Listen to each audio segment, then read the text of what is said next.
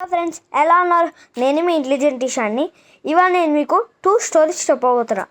ఒక స్టోరీ శివ గురించి, ఇంకో స్టోరీ విష్ణు గురించి.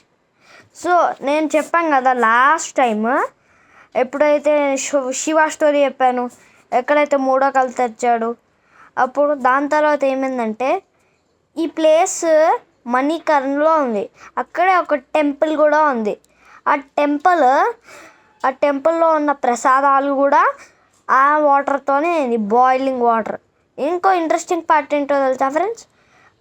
అక్కడ ఎవరైతే స్నానం చేస్తారో వాళ్ళకి అంటే అన్ని జ్వరాలు అన్నీ పోతాయి, అండ్ ఏ ప్రాబ్లం ఉన్నా సరే అన్నీ పోతాయి.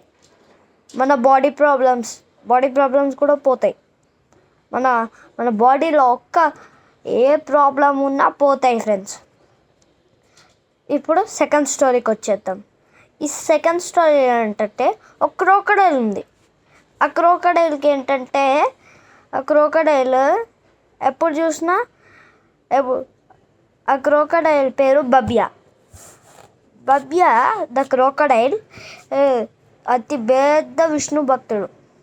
సో అప్పుడు ఏమైంది, దాని తర్వాత అప్పుడు ఒకరోజు డైలీ రొటీన్ ఏంటంటే అక్కడ ఉన్న వాళ్ళు జీరా రైస్ పెడతారు. ఇంకా ఎప్పుడైతే గురువులు హారతి పెడతారో అప్పుడు వచ్చి దర్శనం చేసుకొని వెళ్ళిపోతుంది. స్పెసిఫిక్గా ఆ లేక్లో 100 కంటే 100 చేపలు ఉంటాయి. అంటే 1000 అన్కౌంటబుల్, ఇన్ఫినిటీ అన్ని ఉంటాయి. ఏ ఒక్కరోజు కూడా ఒక్క ఫిష్ని కూడా చంపి తినలేదు. దాని తర్వాత అప్పుడు ఒకరోజు బబియా చనిపోయాడు. ఎందుకంటే అక్కడ ఒకసారి ఏమైందంటే ఆ గురువులో ఫుడ్ పెట్టడం మర్చిపోయిన తర్వాత ఫుడ్ కోసం వెతుకుతూ ఏం చేయలేక చచ్చిపోయింది. మళ్ళీ అప్పుడు ఏమైంది, దాని తర్వాత అప్పుడు ఏమైందంటే ఇలా అని గురువులు దండేసి భూంచేశారు. భూంచేసిన తర్వాత దాని తర్వాత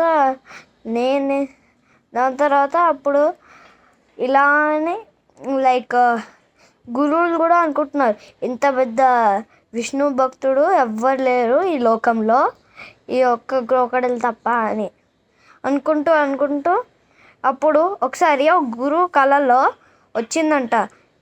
ఇలా అని, నేను బబియా అని, నన్ను భూంచేశారు కదా, మీరు ఫుడ్ పెట్టడం అన్నా మర్చిపోయారు, కానీ నేను మిమ్మల్ని క్షమిస్తున్నాను, కానీ ఇంకా పైన ఎవ్వరికి జరగకూడదు అలా అని చెప్పాడు బబియా ఒక గురువు కళలో పడుకుంటున్నప్పుడు. మళ్ళీ ఇక్కడ నుంచి అదే స్టార్ట్ అయింది. నేనైతే బబియాకి మోక్షం కలగాలని నేను అనుకుంటున్నా. Her her Mahadev, Shambho Shankara.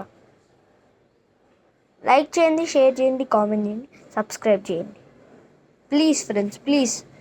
ఒక్క సబ్స్క్రైబర్ కూడా లేదు నాకు. ప్లీజ్ ఫ్రెండ్స్, ఇన్ని వీడియోస్ చేస్తున్నా గైస్. ప్రామిస్, నేనైతే ఇంకో వీడియో నెక్స్ట్ ఈ సండేలో తీసుకొస్తున్నా. న్యూ ఇయర్లో కూడా నేను మీకు ఒక వీడియో చూపిస్తాను. ఓకే,